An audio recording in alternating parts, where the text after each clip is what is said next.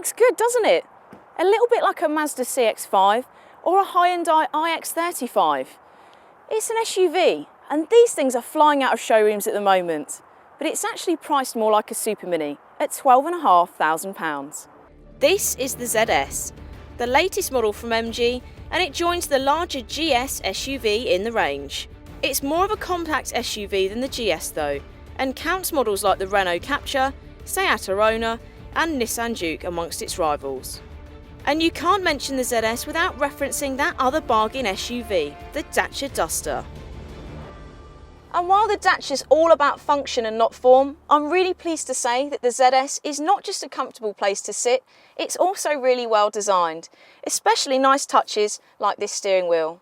But unfortunately, one of the things that lets it down is the quality of materials used here in the dash. The infotainment system is nicely presented and it's pretty impressive. It's also a touchscreen as you'd expect, so you can navigate your way around quite easily.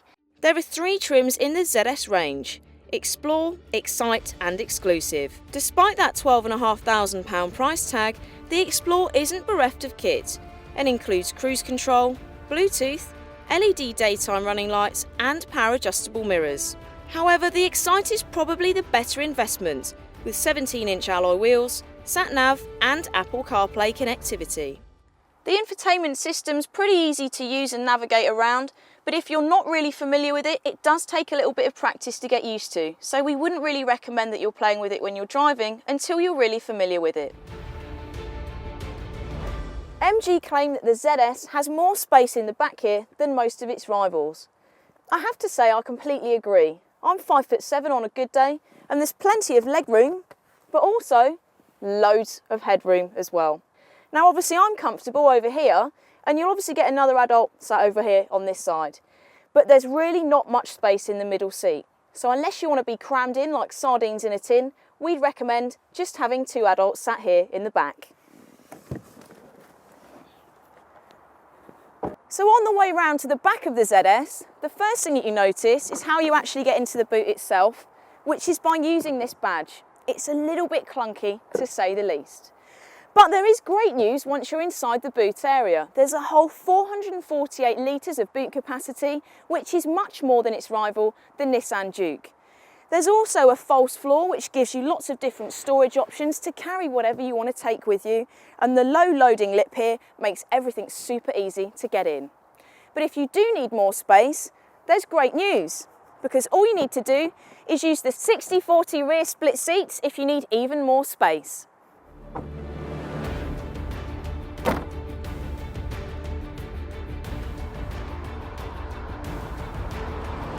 It's quiet and comfortable to drive around the town, but as you pick up speed, the wind and road noise does increase. The suspension is pretty comfortable though, and it's really soft, but that does pick up, again, the faster you drive and if you're on a motorway experience or driving on a slightly different type of road. With it rolling round bends and pitching and diving under acceleration and braking. The steering does lack feedback, but there's 3 driving modes that you can choose. The one that we'd recommend you using all the time, which is the easiest and the best to use, is the urban mode. There are no diesel engines in the ZS range, just 2 petrols. The cheapest is a fairly coarse and gutless 1.5 litre and is only available with a manual gearbox. MG say most people will spend around £2,000 more on this 1 litre 3-cylinder engine, which can only be chosen with a 6-speed dual-clutch automatic gearbox. And that's the engine that we've got here. It'll do 112 miles per hour top speed, and it also is comfortable for motorway driving with 108 brake horsepower. It'll reach 0 to 62 in 12.4 seconds. When it comes to reliability, the ZS seems like a bit of a leap into the dark. And MG as a brand didn't perform particularly well in our 2012 Driver Power Owner Satisfaction Survey, although a 7-year 80,000 mile warranty should give some peace of mind. In terms of safety, the lack of autonomous emergency braking is a big black mark. There's nothing inherently wrong with the ZS, it's just that it does nothing to really make itself stand out like an MG would in the past. But it's well priced and spacious and could be worth a look if you want a small SUV on a budget. Don't forget to check out the rivals, and you can do that by clicking to watch the Renault Captur review or our SUV playlist. Press the logo to subscribe and click the links below to follow us on social media.